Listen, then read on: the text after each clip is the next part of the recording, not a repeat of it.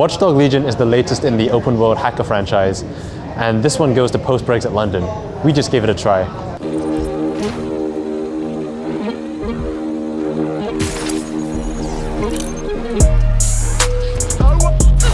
This is a dystopian, grim, V for Vendetta style post-Brexit London, where there are autonomous cars and drones and private security companies that have really taken over from the government, and a burgeoning underground resistance, which you're part of as well. The really interesting thing about this game is that you can recruit anyone from around the city to become part of your movement. There's no main protagonist. You can have 20 people in your team and switch between them as much as you want.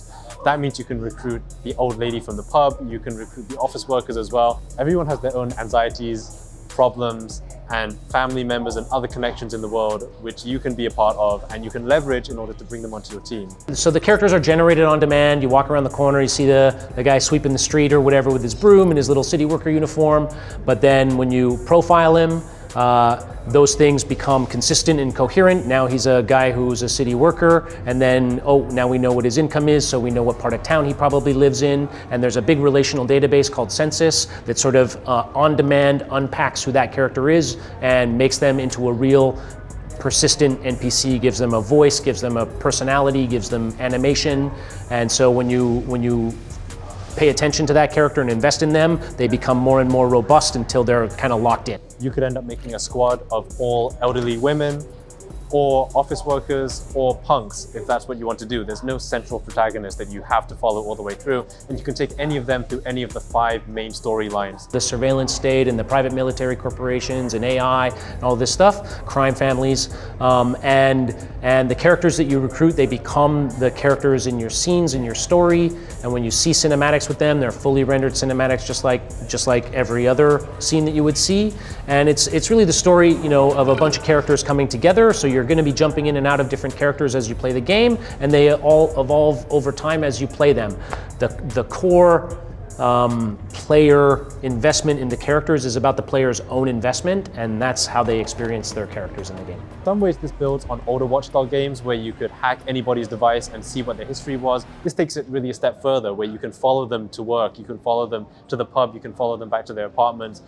You can really see how their lives play out in the world as opposed to just on the screen, which is a major leap forward for the story. The challenge with a game like this is that without that central protagonist, it'll be really interesting to see how the story carries through when you have this unlimited choice. Different bio lines in people's histories get assigned to different gameplay values kind of dynamically under the hood through our relational database. So someone who's an Olympic target pistol shooter who got a silver medal 8 years ago might have a bonus with pistols, but someone who's a former police officer might have the same gameplay benefit, some kind of bonus with pistols, but there's many trillions of possible combinations.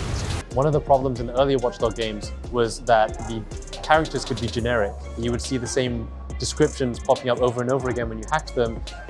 Here it would be interesting to see how the final game ends up getting around that. What will be really interesting to see is how the characters can be unique and make you want to bring them onto your team. A good thing to know is that you can have up to 20 people in your team at any time, so that's how big your team can be. Of course, they live their lives, they can die as well. You might fire someone and bring someone else into your team, and then your simulation can have, many hundreds of different people running around in it persistently at a time. Oh, you are fucking done now.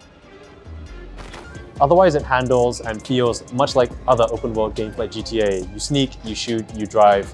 But the post-Brexit dystopian London, coupled with the mixed protagonists, are really what sets this game apart so far. We started working on the game, 4 years ago, before the Brexit vote even happened.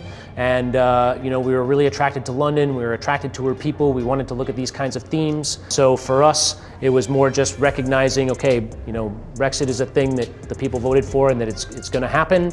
And so that has to become part of our backstory and our universe. It's important to understand that we're not trying to say that Brexit is the cause of the problems in the world. We're trying to say the causes of Brexit, the increasing wealth gap, the accelerating rise of technology, massive corporations taking. If we're extrapolating these things to their worst, then these are the causes of the problems in our game world. Watch Dogs Legion comes out March 6th next year, and we at Engadget will be at E3 all week. So keep following, like, and subscribe.